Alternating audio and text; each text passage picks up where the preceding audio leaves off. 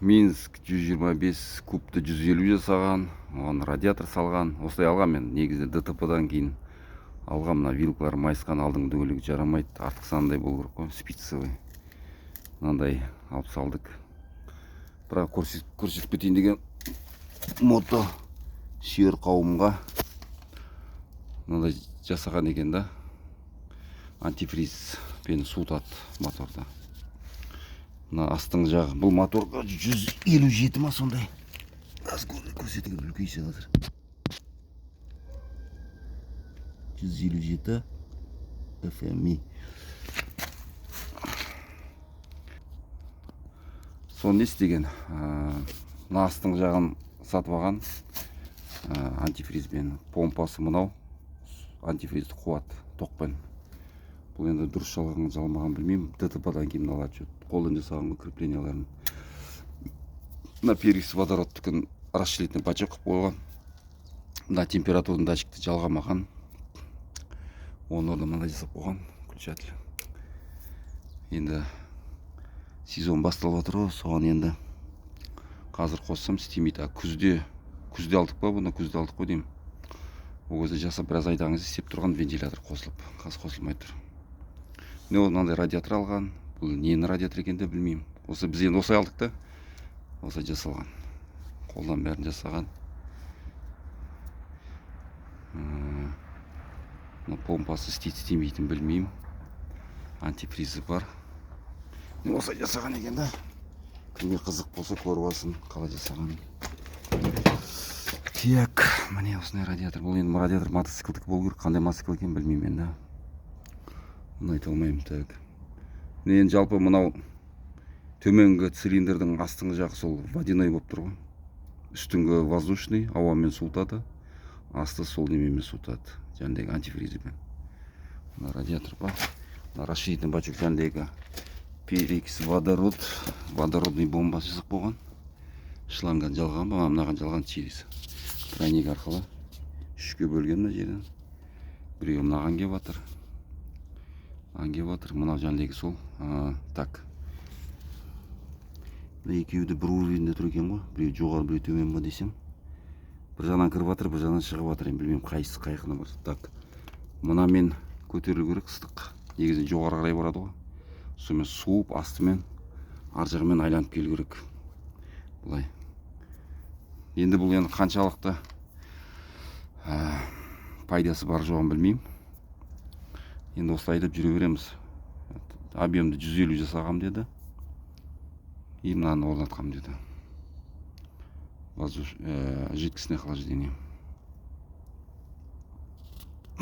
Тағын бір қызықтары, мына вилкасы қисайған, бұлай қарап қисайған. Біз оны рихтовать етіп, бұлай қарап шығарып тастадық.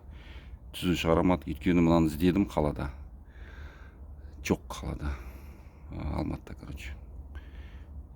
Китайский, негізі бұл жалпы Минск китайский ғой, Қытайдан шыққан. Маден Шайна. Бір жерімді Шайна деген қосақты ғой.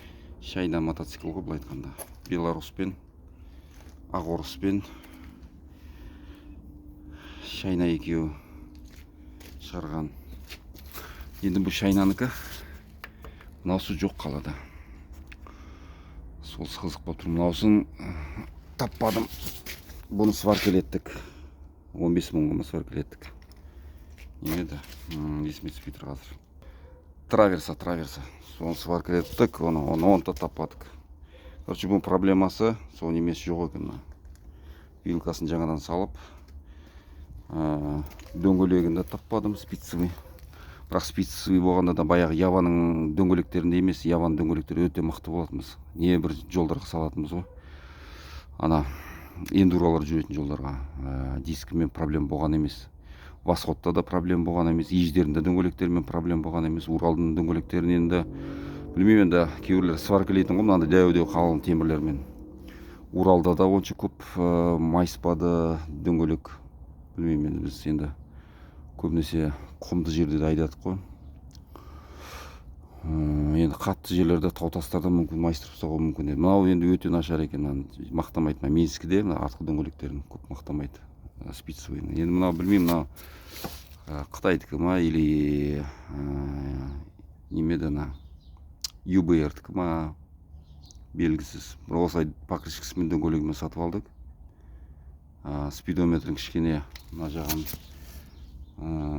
химия жасадық. Бұлай істемеді. Арасына бірдеңе қойдық, есіме шығып кетті. Втулка қойдық па, шайба қойдық па, бір-екі шайба қойдық па. Адам қысып қалады екен. Спидометр істемейді.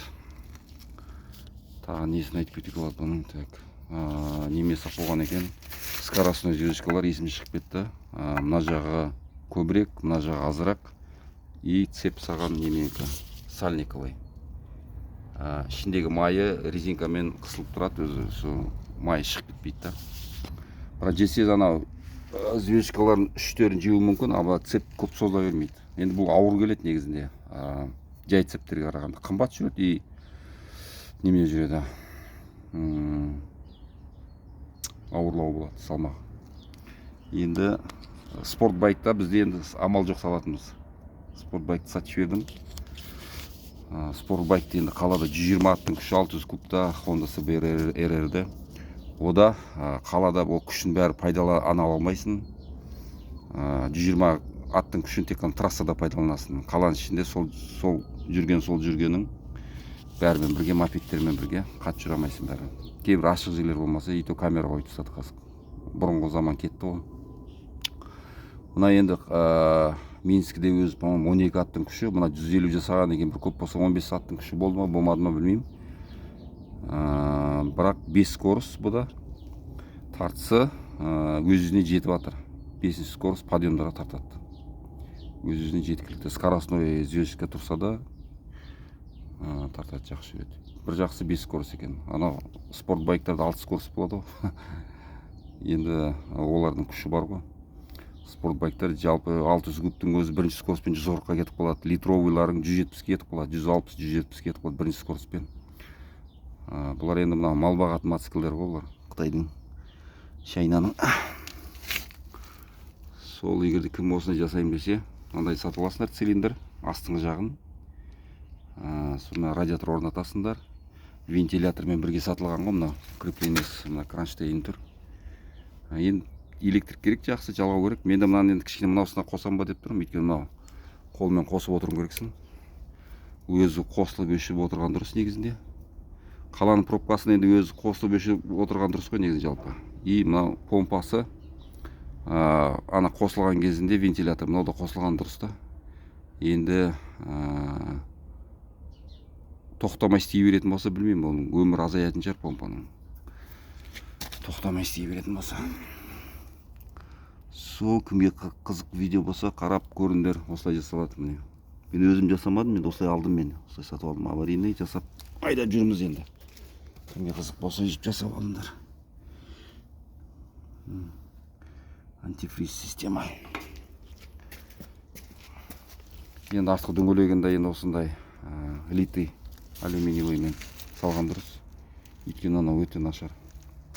Егерде бір 6 жылға кетіп, бір жер майысып құрыса, жолда қаласың.